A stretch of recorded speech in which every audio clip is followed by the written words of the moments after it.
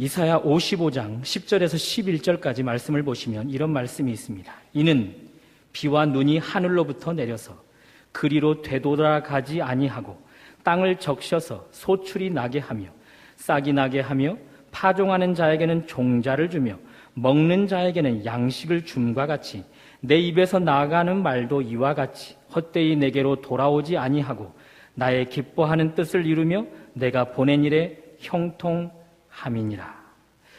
표준 세번역본으로 이 본문을 다시 한번 읽어보면 이렇습니다. 비와 눈이 하늘에서 내려서 땅을 적셔서 싹이 돋아 열매를 맺게 하고 씨 뿌리는 사람에게 씨앗을 주고 사람에게 먹을 거리를 주고 나서야 그 근원으로 돌아가는 것처럼 나의 입에서 나가는 말도 내가 뜻하는 바를 이루고 나서야 내가 하라고 보낸 일을 성취하고 나서야 나에게로 돌아올 것이다.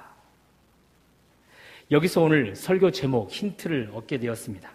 하나님의 입에서 나온 말씀은 하나님께서 하라고 보낸 일을 반드시 성취시킨답니다.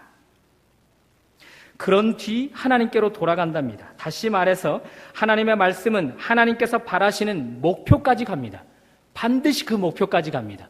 그 목표는 다시금 하나님 앞에 그 말씀이 돌아가는 것입니다. 도중에 멈추거나 헛되이 돌아가는 일이 없습니다. 그러므로 하나님의 말씀 끝까지 갑니다. 말씀 끝까지 갑니다. 영화 제목에 끝까지 간다라는 영화가 있었습니다. 영화를 봤는데 사실 끝까지 가지 못하더군요. 그러나 하나님의 말씀은 끝까지 갑니다. 하나님이 바라시는 목적을 향해 끝까지 갑니다.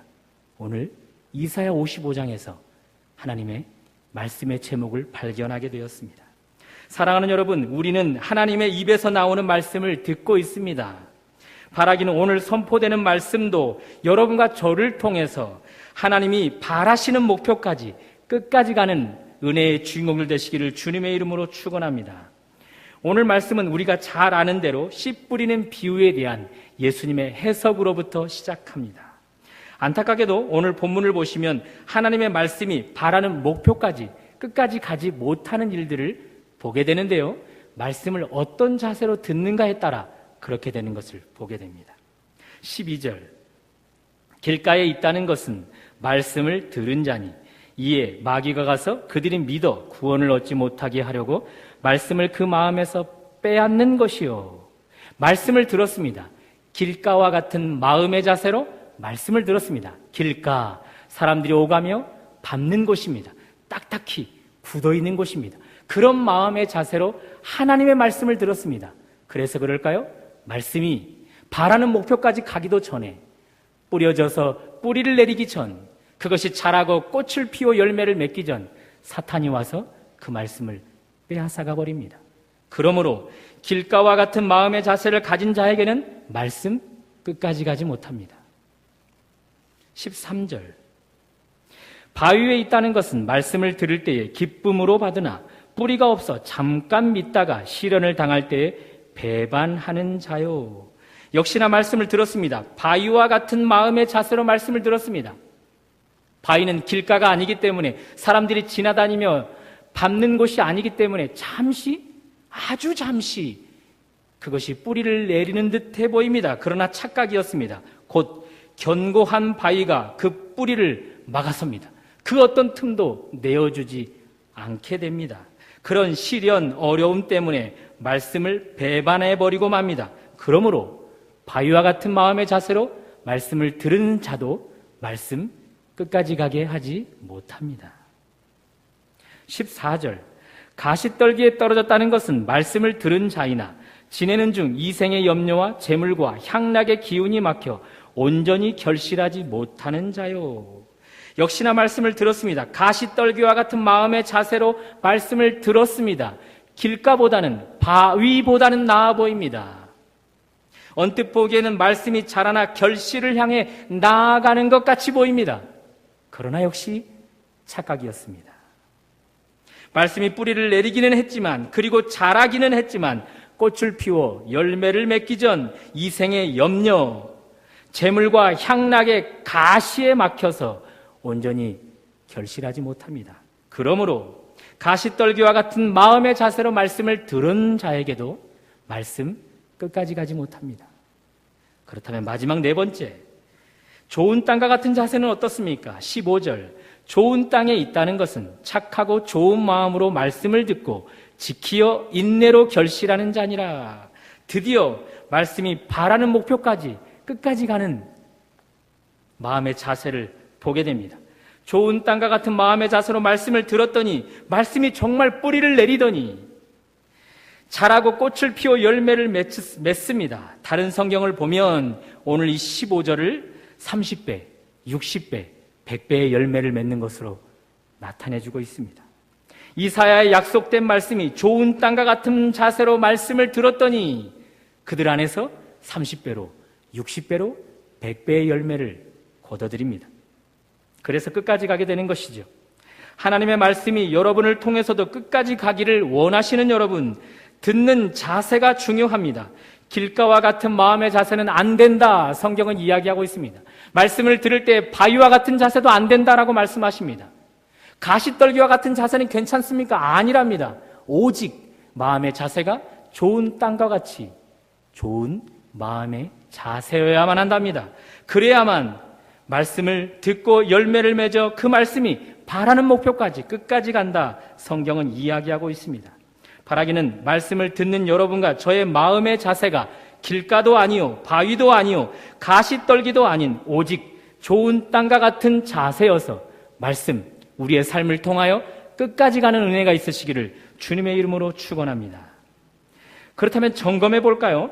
이 시간 여러분과 저의 바람은 좋은 땅과 같은 마음의 자세를 간직하는 것입니다. 좋은 땅과 같이 그런 마음의 자세로 하나님의 말씀을 들어 우리를 통하여 하나님의 말씀이 바라는 목표를 향하여 끝까지 가는 것입니다. 그러나 성경을 보시면 무려 4부류의 마음의 자세가 있는데 그 중에 유일하게 단 하나의 마음의 자세만 말씀이 끝까지 갑니다. 4부류 중 무려 3부류는 말씀이 끝까지 가지 못합니다. 4명 중에 1명만 말씀의 열매가 끝까지 갈 수 있을까 말까 하답니다. 40명 중에 10명 정도만이 말씀을 끝까지 가는 인생으로 살아갈 수 있다 말씀합니다. 오늘 우리 권사 찬양대 찬양을 너무 멋지게 아름답게 해주셨는데 우리 권사 찬양대 대원들이 40명이라고 생각해 보십시오. 이 중에 30명은 가시길, 길가, 바위랍니다. 그런 자세로 말씀을 들었기 때문에 말씀이 끝까지 가지 못한답니다. 40명 중에 유일하게 10명만 좋은 땅과 같은 마음의 자세로 말씀을 들어 그 말씀을 끝까지 가게 한다 이야기해주고 있습니다. 그런 의미에서 다시 한번 여러분의 마음의 자세를 점검해 보실 수 있기를 바랍니다. 그리고 대답해 보십시오. 저를 포함해서 이곳에 있는 우리는 하나님의 말씀을 끝까지 가게 하는 통로들 맞습니까? 좋은 땅과 같은 좋은 자세로 말씀을 들어서 현재 내 삶에 30배의 열매가, 60배의 열매가, 100배의 열매가 맺혀지고 있으십니까? 예수님은 분명히 말씀하셨습니다. 좋은 나무인지 혹은 나쁜 나무인지 알려면 열매를 보고 알라. 그러니 우리는 나는 이런 자세로 말씀을 들었습니다. 나는 이런 자세로 말씀을 듣습니다. 라고 왈가불가할 필요 없습니다. 오히려 그저 길가, 바위, 가시떨기가 아니라는 것을 열매로 보여주면 되는 것이죠. 말보다 훨씬 더 설득력이 있는 열매로 말입니다. 하나님 말씀이 바라시는 목표까지 내 삶을 통과해서 가는지 그것을 보여주면 우리는 좋은 땅과 같은 마음의 자세로 말씀을 듣고 있다는 것이 증명되는 것이죠. 그러나 만일 열매로 증명해 보이지 못한다면 우리는 말로만 하는 신앙인인 것이죠. 경건의 모양만 있을 뿐 경건의 능력은 부인하는 자들입니다. 말로만 좋은 땅의 자세를 가진 자들이라 할 수 있는 것이죠. 보여줄 열매가 없다면 안타깝지만 우리의 실체는 길가요, 바위요, 가시떨기입니다. 그것이 틀림없이 정확한 우리를 향한 진단이요, 평가입니다. 한 번은 이 씨 뿌리는 비유를 가지고 서울로에 속한 우리 장로님들 앞에서 제가 말씀을 전할 일이 있었습니다. 그분들에게 이렇게 전했습니다. 장로님, 4명 가운데 단 1명만 말씀이 끝까지 갑니다. 4명 가운데 무려 3명씩이나 말씀이 끝까지 가지 못합니다. 장로님들이 속한 교회가 그렇습니다. 그러므로 우리 장로님들에게는 아주 귀한 사명이 있는데 그 사명은 보여주는 사명입니다. 말씀을 열매 맺는 것을 삶으로 보여주는 사명을 우리 장로님들이 가지고 계십니다. 무려 3부류나 길가로서, 바위로서, 가시떨기로서 그런 자세로 말씀을 들어 말씀을 끝까지 한 번도 가지고 가지 못하는데 우리 장로님들이 이런 자세로 들어야만 말씀의 열매를 30배로 맺을 수 있다. 이런 자세로 들어야만 60배, 100배의 열매를 맺을 수 있다. 그것을 보여주셔야 합니다. 교회 안에서 장로님들이 보여주시지 못한다면 무려 3부류나 되는 길가, 바위, 가시떨기 성도들은 인생 평생 동안 단 한 번에 말씀이 끝까지 가는 삶을 경험하지 못할 것입니다. 개인적으로 저에게 기억에 남는 설교 중 하나입니다. 어떠세요? 제가 장로님들께 잘 말씀을 드렸다 생각하십니까? 그러나 여러분, 역으로 생각해보면 우리에게 주시는 말씀이지 않겠습니까? 하나님은 오늘 직분을 맡은 우리에게 이 말씀을 들려주고 계십니다. 여러분과 저는 하나님의 작정 가운데 성도들의 소중한 표를 받아 직분자가 되었습니다. 성도들은 우리에게 소중한 표를 행사하기 전 생각했습니다. 저분은 다른 사람에 비해 말씀에 열매가 있는 분이구나. 저분을 직분자로 세워드리면 우리에게 말씀의 열매가 무엇이라는 것을 분명하게 보여주실 수 있겠구나. 그런 마음으로 소중한 한 표 한 표를 직분자들에게 행사해 주었던 것이죠. 그러므로 모든 직분을 맡은 분들은 사명이 있습니다. 보여주어야 할 사명입니다. 다른 봉사와 섬김은 둘째 치더라도 성도 가운데 대다수를 차지하는 3부류의 성도들, 길가, 바위, 가시떨기의 성도들, 말씀이 한 번도 끝까지 가는 것을 경험해보지 못한 성도들에게 우리 직분자들은 보여주어야 할 사명이 있습니다. 좋은 땅과 같은 자세로 하나님 말씀을 듣는 것은 이런 것이라. 이런 자세로 들어야 30배의 열매를, 이런 자세로 들어야 60배, 100배의 열매를 맺을 수 있다. 그것을 우리 직분자들은 보여주어야 합니다. 그 보여주는 사명을 책임을 다해 완수하는 것이 여러분을 향한 하나님의 뜻이며 동시에 여러분에게 하나님의 직분이 허락되도록 한 표 한 표 소중한 표를 행사해 준 성도들을 향한 뜻인 것이죠. 바라기는 이미 좋은 땅과 같은 마음의 자세로 말씀을 듣고 계시는 여러분, 대다수를 차지하는 3부류의 성도들을 위해서라도 좋은 땅과 같은 자세로 말씀을 더 들으시고 열매를 계속해서 맺어 그분들에게 보여주는 사명을 잘 감당하실 수 있기를 바랍니다. 반면 길가, 바위, 가시떨기의 자세로 말씀을 들어 말씀 끝까지 가는 것을 한 번도 경험해보지 못하고 계시는 여러분, 좋은 땅의 자세로 말씀을 들어 열매를 맺는 분들을 잘 보시고 도전을 받으셔서 오늘부터는 말씀, 그것이 끝까지 가는 그런 주인공을 되시기를 주님의 이름으로 축원합니다. 앞에서 말씀드렸습니다. 하나님의 말씀, 비처럼 눈처럼 선포된 이후 결코 헛되이 하나님께 되돌아가는 것 없다. 말씀 듣는 자세를 제대로 하기만 하면 100배의 열매까지 열매를 맺어 말씀 끝까지 가는 인생이 될 수 있다. 말씀드렸습니다. 자, 그러면 이제 2번째 질문을 던져야 할 차례입니다. 말씀을 듣는 자세가 중요하다 생각하여 좋은 땅과 같이 하나님의 말씀을 잘 들었습니다. 설교 시간마다, 매 말씀 시간마다 좋은 땅의 자세로 말씀을 잘 들었습니다. 그럼에도 불구하고 말씀이 내 삶에 끝까지 가지 못하는 경우는 어떻게 설명해야 되는 것인지요? 그런 질문을 할 수 있지 않겠습니까? 그런 질문을 하는 자들에게 오늘 주님은 또 다른 비유를 하나 들어주십니다. 그 비유는 말씀을 듣는 자들의 책임의 중요성을 이야기하는 것이죠. 한번 따라해 볼까요? 등경 위의 등불. 16절부터 그 비유입니다. 누구든지 등불을 켜서 그릇으로 덮거나 평상 아래에 두지 아니하고 등경 위에 두나니 이는 들어가는 자들로 그 빛을 보게 하려 함이라. 단어풀이를 먼저 해볼까요? 등불은 들은 하나님의 말씀을 이야기합니다. 등불은 무엇이라고요? 하나님의 말씀. 그리고 그릇은 무엇이겠습니까? 오늘 누가복음에서만 그릇이라고 표현하지 마태복음이나 마가복음에서는 말이라라고 표현합니다. 말. 사업을 할 때 사용하는 측량 단위 말. 말로 덮어두는 일이 없답니다. 무엇을요? 등불, 선포된 말씀을 말입니다. 또 평상은 무엇입니까? 편안함을 위해서 쉬는 자리, 침상 같은 것을 이야기하는 것이죠. 들은 말씀을 평상 아래에 감추어 두는 일도 없답니다. 자, 그러면 이 본문을 다시 한번 풀어볼까요? 그릇은 말씀드렸던 것처럼 사업상의 측량 단위입니다. 그러므로 먹고 사는 일을 하다가 이런저런 여러 가지 이유로 말미암아 들은 말씀을 감추게 되는 일이 있다라는 것입니다. 그런 일이 있으면 안 되는데 먹고 살아가다 보니 들은 말씀을 내 삶 속에서 실천해내야 되는데 그것을 실천해내기보다는 들은 말씀을 듣지 않은 것처럼 감추며 살아가는 자들이 있답니다.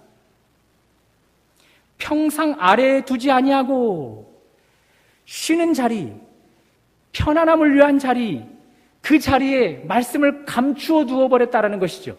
그러니 내 삶의 편안함만을 위해서 말씀을 자꾸자꾸 감추는 일이 있답니다. 주님은 들은 말씀을 등불처럼 등경에 두어서 지나가는 자들이 다 그것을 보도록 하는 것이 주님의 원하시는 뜻인데 말입니다. 그럼에도 불구하고 계속해서 이 들은 말씀을 말로 덮어버리거나 평상에 감추어버리는 자들을 향하여 주님이 하시는 경고가 무엇입니까? 17절 숨은 것은 장차 드러나지 아니할 것이 없고 감추인 것이 장차 알려지고 나타나지 않을 것이 없느니라. 쉽게 말씀드리면 이것이 다 드러나고 알려진답니다. 누구에게요? 예수님께 말입니다. 먹고 사는 일 때문에 내가 이 먹고 사는 일을 하기 위해서는 말씀을 잠시 감추어 두어야만 했습니다. 이증장부를 쓰기 위해서는 잠시 들은 말씀을 감추어 두어야만 했습니다. 그래서 감추어 두었는데 그 사실이 다 우리 주님께 알려지게 된답니다. 감출 수 없답니다. 평상에 가두어 두는 것처럼 평상 아래에 두는 것처럼 내 삶의 안락, 편리함만을 추구하다 보니 자꾸 말씀을 감추게 된답니다. 그것을 드러내면 내 삶의 편안함이, 내 삶의 안락이 누군가로 인하여서 침해받을까봐, 깨뜨려지게 될까봐 잠시 말씀을 내려놓는답니다. 감춘답니다. 그것 다 우리 주님께 드러나게 돼 있답니다. 하나도 숨김없이 말입니다. 그럼에도 불구하고 여전히 그 말로 덮어버리고 또 평상 아래에 두어버리는 사람들, 들은 말씀을 그렇게 감추고 숨기는 자들에게 우리 주님은 마지막 결론을 이렇게 내립니다. 그러므로 너희가 어떻게 들을까 스스로 삼가라. 18절 누구든지 있는 자는 받겠고 없는 자는 그 있는 줄로 아는 것까지도 빼앗기리라. 들은 말씀을 드러내지 않고 감추어버린 자에게 하나님은 그 들은 말씀 빼앗아가 버린답니다.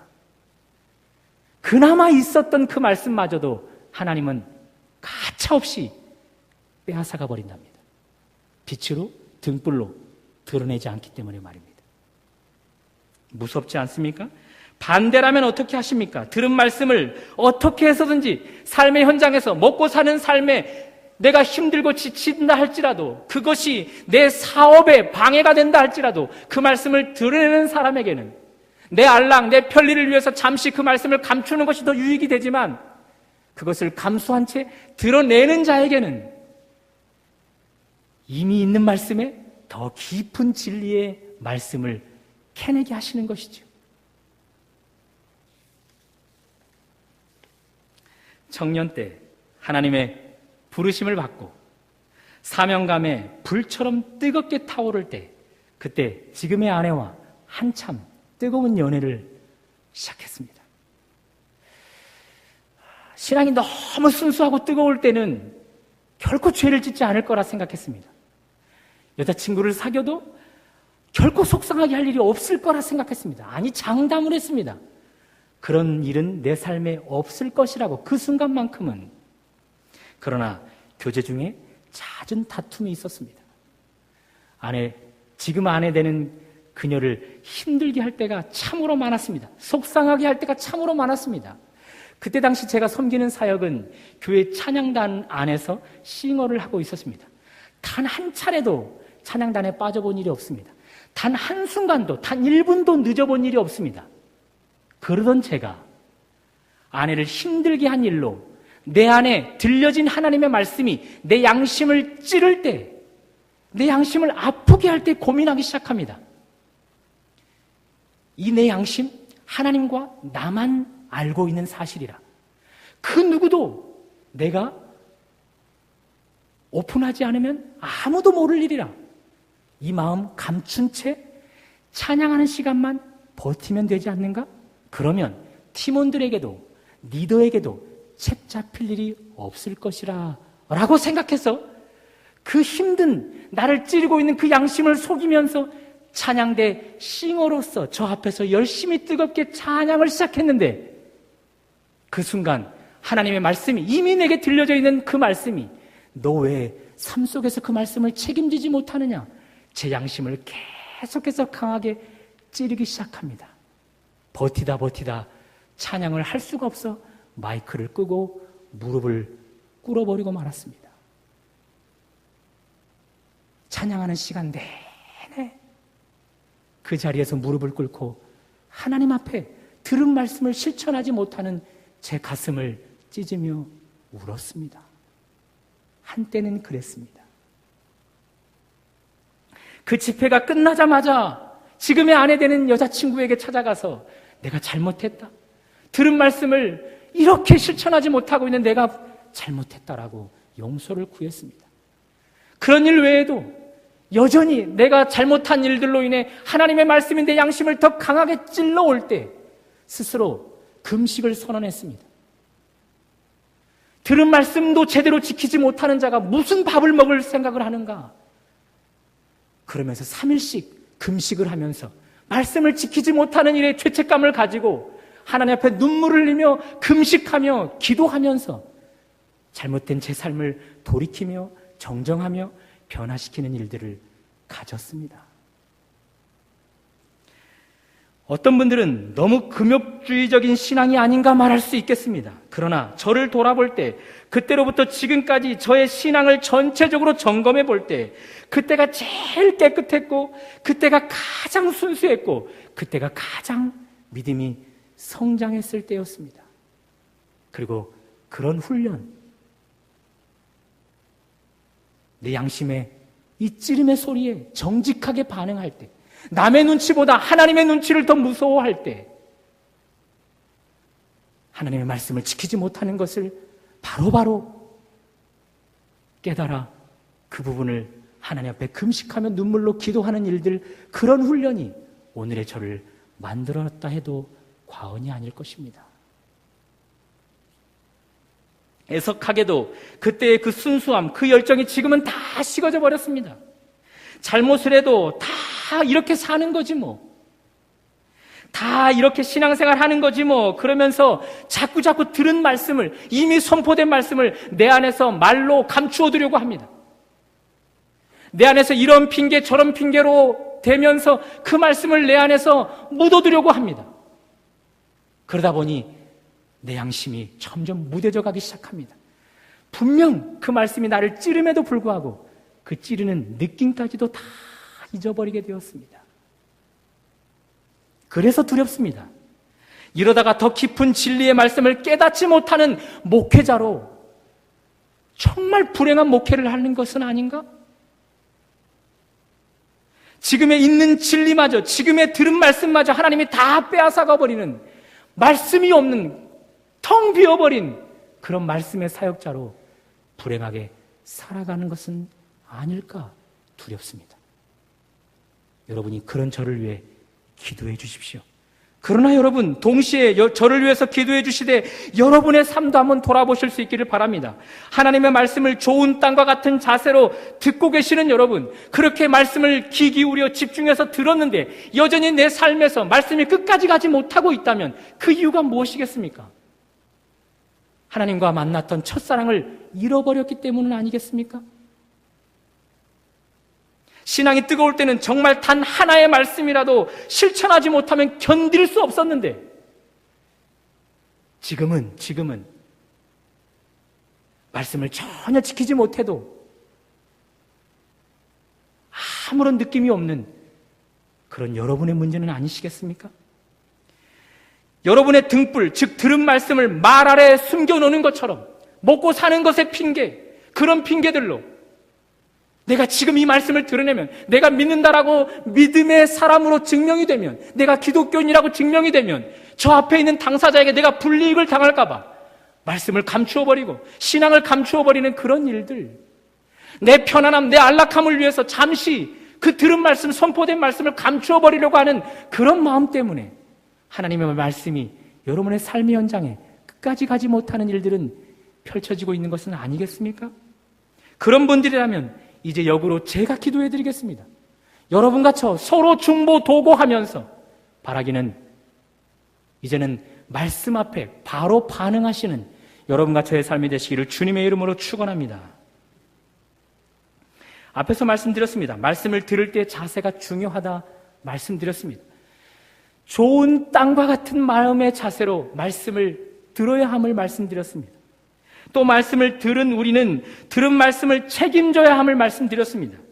여러 가지 이유와 핑계들로 말씀을 숨기고 감추는 자들에게는 이미 들었던 말씀 하나님이 다 빼앗아가 버린다, 위험한 경고의 말씀도 드렸습니다. 이제 마지막 질문을 해보셔야겠습니다. 왜 이렇게 우리는 말씀 끝까지 가는 일을 위해 하나님의 말씀 앞에 귀를 기울여야만 하는 것일까요? 그것은 한번 따라해 봅니다. 예수님의 공동체에서 거절될 수 있기 때문이라. 시작. 19절을 보시면 예수님이 말씀을 증거하는 도중에, 말씀을 선포하는 도중에 그의 친어머니와 친동생들이 찾아왔습니다. 그런데 이를 어떻게 합니까? 말씀을 듣는 사람들이 너무 많아서 그들로 말미암아 예수님 앞에 그들이 나아갈 수 없게 되어버렸습니다. 이런 안타까운 현실을 누군가, 어떤 이가 알아챈 뒤 예수님께 이 소식을 알려드립니다. 그때 우리 주님은 우리의 길을 솔깃하게 하는 말씀을 해주십니다. 21절 다 같이 읽어보시겠습니다. 시작. 예수께서 대답하여 이르시되 내 어머니와 내 동생들은 곧 하나님의 말씀을 듣고 행하는 이 사람들이라 하시니라. 예수님의 강조가 무엇입니까? 나의 참 어머니는, 나의 참 형제는 혈육으로 난 사람들이 아니라 내 말씀을 듣고 순종하는가, 그것에 따라 나의 참 가족이 될 수 있고 나에게 거짓된 가족이 될 수 있다. 성경은 이야기해주고 있습니다. 예수님의 참 가족, 참 공동체는 혈연, 지연, 학연으로 이루어지는 것이 아닙니다. 오직 하나님의 말씀을 듣고 순종하는가, 들려진 말씀을 책임감 있게 내 삶의 현장에 가지고 가서 실천하는가, 그것에 따라 하나님의 참 가족, 공동체가 될 수 있다. 주님은 말씀해주고 있습니다.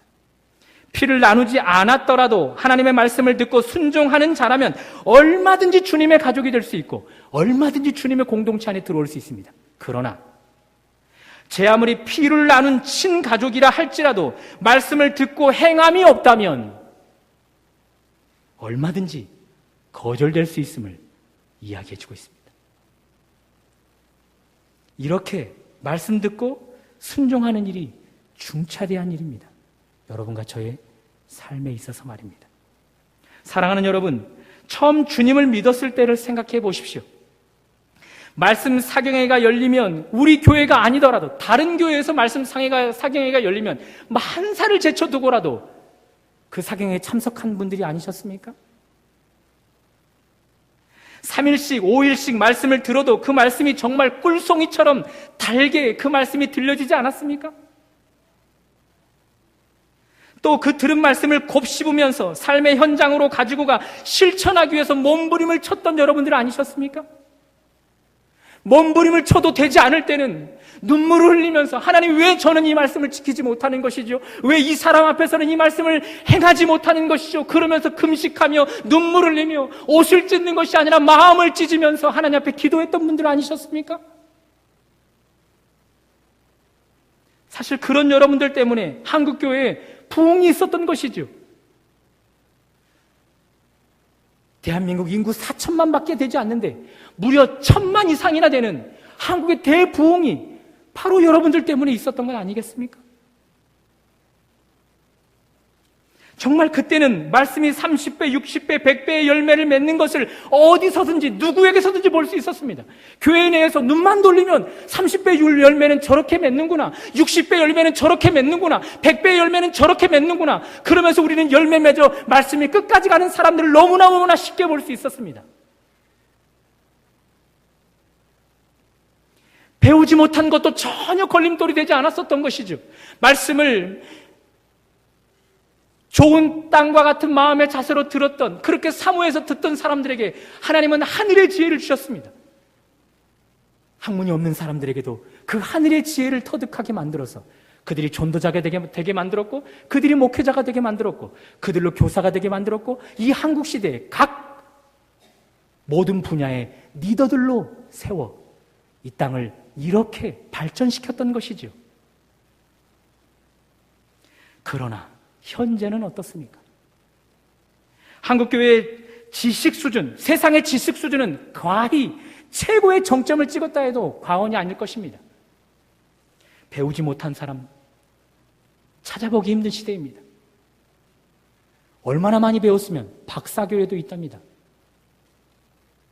그러나 이런 시대에 상대적으로 말씀을 듣는 자들의 자세는 어떻습니까?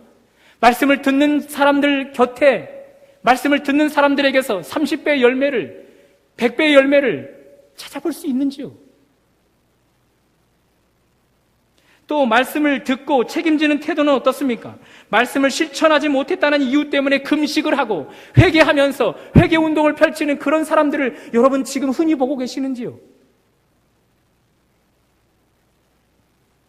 하나님은 이런 한국교회에 얼마나 더 당신의 말씀을 맡겨두실까요? 얼마나 더 말씀의 깊이를 캐내도록 은혜를 베푸실까요? 이런 한국교회 뒤늦게 후회하여 주님 앞으로 나아갔는데 옛 신앙 운운하면서, 옛 열정 운운하면서, 옛 정 생각해서라도 주님이 받아주실 줄 알고 찾아갔는데 말씀을 듣고 행하는 참 공동체로 말미암아 주님께 나아가지 못하게 만들어버린다면, 거절해버리신다면 얼마나 무서울까요? 앞에서 드렸던 말씀을 한 번 더 선포해 보겠습니다. 비와 눈이 하늘에서 내려서 땅을 적셔서 싹이 돋아 열매를 맺게 하고 씨 뿌리는 사람에게 씨앗을 주고 사람에게 먹을거리를 주고 나서야 그 근원으로 돌아가는 것처럼 나의 입에서 나가는 말도 내 뜻하는 바를 이루고 나서야, 내가 하라고 보낸 일을 성취하고 나서야 나에게로 돌아올 것이다. 하나님의 말씀은 이렇게 반드시 끝까지 갑니다. 헛되이 하나님께 돌아가는 법이 없습니다. 그러나 예외가 있습니다. 사람들에게는 예외가 있습니다. 하나님의 말씀을 바른 자세로 듣지 않는 자들에게 그렇습니다. 또 들은 말씀을 삶 속에서 책임을 지지 않으려 할 때 그렇습니다. 그런 자들에게는 말씀의 열매를 기대할 수 없습니다. 그런 자들에게는 이미 들려진 말씀까지 하나님이 빼앗아 가버리십니다. 결국 그런 자들에게는 마지막 경고, 하나님의 참 가족, 참 공동체 안에서 거절을 당할 것이라 말씀합니다. 그러나 그런 자들에게서도 분명히 보여지는 것이 있는데, 그런 자들에게서 말씀이 끝까지 가기는 갑니다. 그러나 역으로 갑니다. 하나님의 참 가족에서 거절되는 역으로 해서 끝까지 갑니다. 그러나 오늘 설교를 듣고 좋은 땅과 같은 자세로 말씀을 사모하는 분들이라면, 들은 말씀을 삶의 현장에서 책임을 지려고 하는 분들이라면, 그럼 사람들에게는 말씀 끝까지 가는 것이죠. 30배로, 60배로, 100배로. 그리고 더 끝까지 가는 것이죠. 하나님의 참 가족, 하나님 나라의 가장 중심에 서기까지 그 말씀이 여러분을 인도해 가는 것이죠. 바라기는 그런 은혜가 말씀을 듣는 자세로 바르게 하여 들은 말씀을 책임지려는 여러분과 저에게 이루어지시기를 주님의 이름으로 축원합니다. 기도하시겠습니다. 하나님,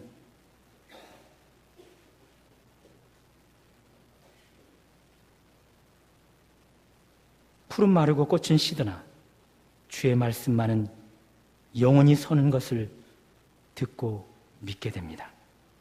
말씀 외에 우리는 무엇을 붙들고 살아가고 있는지요? 말씀은 포기하고 내려놓아 버리면서도 세상의 것들은 얼마나 악착같이 지고 살려고 하는지요. 하나님, 우리의 삶을 오늘 이 말씀 앞에 점검받게 하여 주옵소서. 우리의 삶이 말씀을 바르게 듣는 자세로 돌이키게 하시고 그 말씀을 삶의 현장에서 책임지는 자로 살아가게 하여 주옵소서. 말씀 끝까지 가는 인생들 되게 하여 주옵소서. 예수님 이름으로 기도드립니다. 아멘.